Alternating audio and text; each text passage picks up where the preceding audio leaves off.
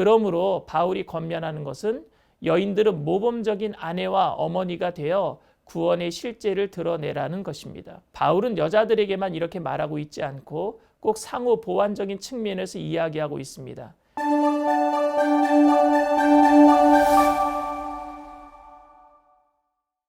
할렐루야, 안녕하세요. 설교의 묻다 시간입니다.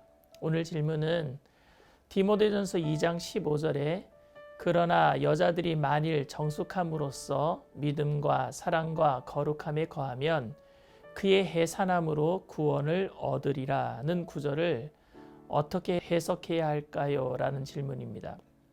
디모데전서 2장 15절 해석은 여러 신학자들도 견해가 거의 다를 정도로 여러 가지 해석이 있습니다. 이 구절은 그냥 직역하면 여자들은 아이를 낳는 고통을 통해서 구원을 얻을 수 있다는 오류에 빠질 수 있습니다. 아니면 그의 해산함이란 말씀에서 그의라는 대명사로 창세기 3장 15절에 나오는 내가 너로 여자와 원수가 되게 하고 네 후손도 여자의 후손과 원수가 되게 하리니 여자의 후손은 내 머리를 상하게 할 것이요 너는 그의 발꿈치를 상하게 할 것이니라 하시고 란 말씀을 통해서 구속사 입장에서 대표성을 띠고 있는 여자의 후손, 즉 마리아를 통해서 예수님이 태어난 사건을 통해서 인류가 구원을 얻게 될 것이라는 말처럼 들리기도 합니다. 그러나 기본적으로 바울은 예수님의 죽음이 구원을 주는 것으로 말하고 있지 예수님의 출생이 구원을 주는 것이라고 말하지는 않았습니다. 또 해산함이라는 말이 마리아가 해산한 한 사건을 지칭한 것이 아니라 모든 여인들이 해산하는 행위를 모두 지칭하는 것으로 보아야 합니다. 왜냐하면 앞 구절에 여인들이 복수로 쓰고 있습니다. 만일 정숙함으로써 믿음과 사랑과 거룩함에 거하면 이라고 복수 가정법으로 이야기하고 있기 때문입니다. 또 이런 해석의 더 심각한 문제는 여인들이 구원을 받는다고 이 구절이 말하고 있지 여인들이 구원을 가져오는 것으로 말하고 있지는 않습니다. 이 구절을 통해서 여인이 구원을 가져온다고 말하면 그것은 마리아 숭배 사상에 빠질 수 있는 것입니다. 이 구절을 제일 잘 해석하는 길은 그 해산함을 제유법으로 보는 것입니다. 제유법이란 수사법의 한 가지로 사물의 한 부분으로서 그 사물 전체를 의미하는 방법입니다. 예를 들어서 사람이 빵만으로는 살 수 없다는 문장에서 빵은 식량을 대표하는 말입니다. 그러니까 여기서 해산함이라는 말은 여자들만이 할 수 있는 일을 들어서 여자들만이 하도록 되어 있는 일 전체를 언급하고 있다고 보는 것입니다. 그리고 이 구절은 여인들의 해산함이 구원의 원인이나 조건이 된다는 말이 아닙니다. 그렇게 되면 혼인하지 않은 여인들이나 혼인하였어도 아이를 낳지 않은 여인들은 구원을 받지 못하는 것이 되고 맙니다. 바울이 그런 식으로 이야기할 리가 없습니다.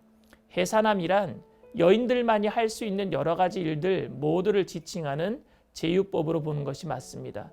즉 여인들이 창조 질서 가운데서 남자로서는 할 수 없는 여인들만이 할 수 있는 일들을 수행하는데 그 모든 일들을 믿음으로 하면 구원을 받는다라는 뜻으로 해석할 수 있습니다.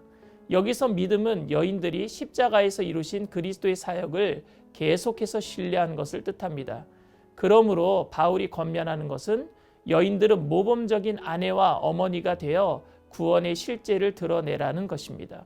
바울은 여자들에게만 이렇게 말하고 있지 않고 꼭 상호 보완적인 측면에서 이야기하고 있습니다.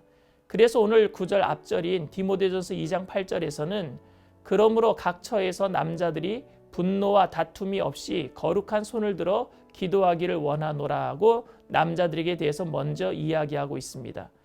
바울은 이러한 말을 에베소서에서도 하고 있습니다.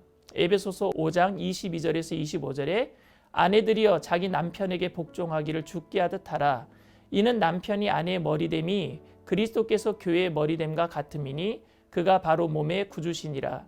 그러므로 교회가 그리스도에게 하듯 아내들도 범사에 자기 남편에게 복종할지니라.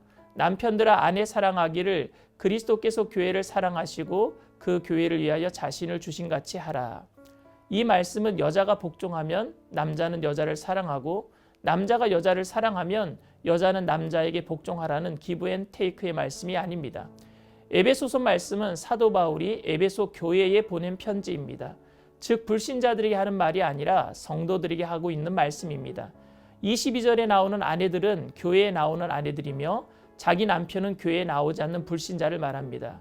그리고 25절에 나오는 남편들은 교회에 나오는 남편들이고 아내는 불신자 아내를 말합니다. 교회 성도로서 가정에서 예수 그리스도로 인하여 불신자 남편과 아내에게 그리스도를 닮아가는 삶을 보이라는 말씀입니다. 그런 삶이 불신의 남편과 불신의 아내를 구원으로 이끌 수 있는 삶이 되고 자신은 믿음으로 구원받은 자로서 구원을 이루며 살아가는 삶이 되는 것입니다. 바울은 믿음으로 구원받은 자들이 구원의 실제를 드러내며 사는 삶을 그의 목회 서신서를 통해서 일관성 있게 드러내고 있습니다. 크리스마스를 맞이하는 청년 여러분, 이 땅에 오신 예수님의 사랑을 여러분들만이 할 수 있는 일 안에서 최선을 다해서 드러내시길 바랍니다.